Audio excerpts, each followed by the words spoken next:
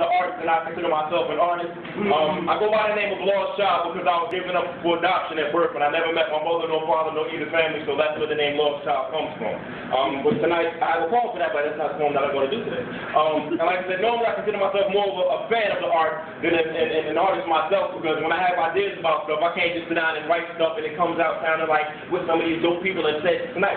It just doesn't work for me like that. When I'm a truck driver, when I get ideas about stuff, when I'm driving miles and miles, days after days, I get ideas, and before I can put something down on paper, I like to get complete ideas together, and then once I get the complete ideas together, then I go somewhere and sit down and write it down. So this particular piece right here, it troubled me because I knew the core of what I wanted to say, but I couldn't really get the gist of it. I knew the gist, but couldn't really get it together, so I just kept kind of chewing on it. But like I couldn't really figure out how the beginning was, and I couldn't figure out how to end it, so I couldn't really tell where it was going anymore than I could tell where it had been. But the initial thought was that if boys really knew how to grow up and act like real men, then maybe sistren wouldn't need to look to sistren for love and affection. Right. And that was the idea that just kind of kept running through my head again and again. And I don't feel it's my place to judge or to say whether something is right or wrong. But to me, it kind of made a little bit of sense, because in any sense, if you have a need somewhere and it's not being met, you're going to look somewhere else for that need. And that's what I know with a lot of stuff that I see going on from Jersey to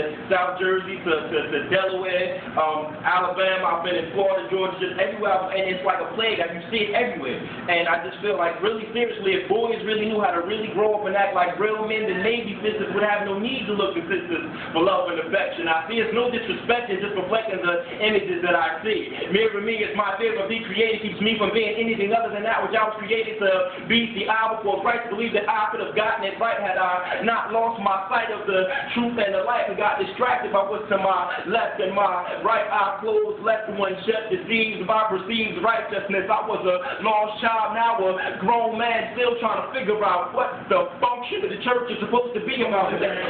Junction of my life, I'm still trying to figure it out, but as a man, I understand the understatement that a woman cannot raise a boy to be a man.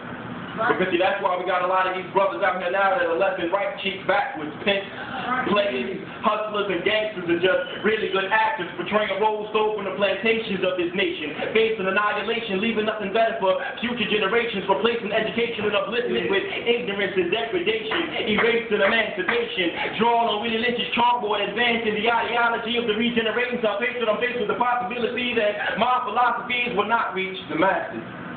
So I'm holding classes in the smallest of venues, from park benches to living rooms to church pews. I use what I got to get what I want. My religion is not a front. My God, I'm taking it back to before pimp suits and Cadillacs and purple fedoras with the rims twisted halfway back, contracting righteousness like a plague from back in the days. My ways are far from perfect, but I'm working. Still searching for that raw red letter religion spoken in the person of my Messiah, desiring to be a better man than I am standing here today. No longer focused on dollars so much, instead hoping for a little bit of change to come my way. Strange to some, but to those I say, I speak from a whole other perspective, specifically that of those lost in that transcontinental connection with scores of Moors, Maroons, and Ashanti tribes. Men were transported in that transcontinental commercial trade of live men, women, and children. Now building on the foundation of misplacement, balancing the scales of reality, trying to get back to a time before we were complacent with the abnormalities in today's society. Trying to be a better example for other brothers to follow, to be better men, husbands and fathers. But until then, it shall be just as it has been, with no beginning and no end, unable to tell where we're going because we can't figure out where we've been. So again, I speak on behalf of all the real men, my brothers from other mothers, but still kin to all my vast and furious rims and systems, men at my have to live luxurious pinky rings and blinging men, and my living in alternative sin men, and my stab you in the back while in your face they grin men, and my smiling on the outside but dying within men, and my cheat and lie to win men, but in the end take an L to sin men, set up for failure from when we begin men, and my do-rag with the fitted in Tim's men, and my clean cut repeat suit wearing driving the Benz men, and my lock down in the pins men, and my back on the blocks to do it all over again men, like uncles, fathers, and friends men, no matter what shade of skin.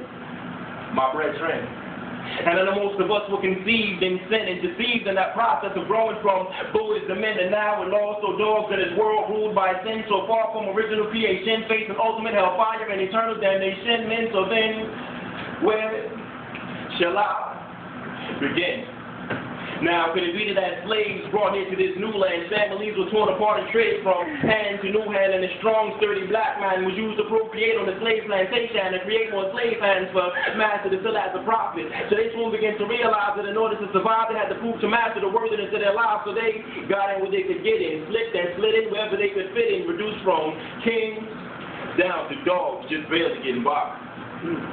And for those that weren't chosen as such, they saw this as an easy way to try to get above, so they were laying and slinging, humping and hounding, trying to prove to master that they could swing with the big dogs too. And so from generation to generation, these deadly ways were passed along as the basic means of survival, with no regard to whether it was right or wrong. And now it's been so long that we've come to believe that this is what it takes in order to be a man. Or could it be from way back in Old Testament times when men could have wives and concubines, and now somehow genetically this thought process is embedded deeply within the heart and flesh of man? But in any case, regardless from whence the roots of the mistakes were traced, now we have the knowledge and understanding to realize that our lives have been laced with lies and hatred towards one another, willing to stab our brothers in the back just to get our lives on track, running around like we don't know how to act, like we ain't had no home training or something. Old and grown and still trying to act like we're 17 front, and come on now. When will this nonsense stop? See, because we must not forget that we never landed on Plymouth Rock. But Plymouth Rock landed on us. But the only problem with that is that now we've chopped it up into little pieces and we're out on the block trying to sell it for a profit, screaming, I walk by Muhammad, but not even living according to his teaching. So now we're just false heathens, lost in the seasons, confused about the reasons of our very human being, using and abusing the freedoms that so many fought for, because now we're just free and dumb, unaware of the cost that we were going for, because on the cross he was the same for all men. Our forefathers past and our grandchildren's children, and it should be on this foundation on which we're building a just life of righteousness, not just a life that's right, because right in the eyes of the world is abomination in God's sight, because the word of God says in Proverbs 16 and 25 that there is a way that seemeth right unto man, but the end is destruction. So just right is actually just wrong, but I guess where righteousness for too long we've shortened it to just right to fit the madness and the mayhem within our lives. But just right is only a part of right just, and only use a part of the word of God won't save any of us, because in the beginning was the word, and the word was with God, and the word was God, and his name is translated as Jesus. And he came in the flesh and dealt with every type of mess, and even more that most of us couldn't have been endured, to show as an example for us to live as real men, freed from the bondage of sin, going on to live eternally in heaven. And that's why I wrote this one, preaching, specifically speaking on behalf of all the real men. Thank you.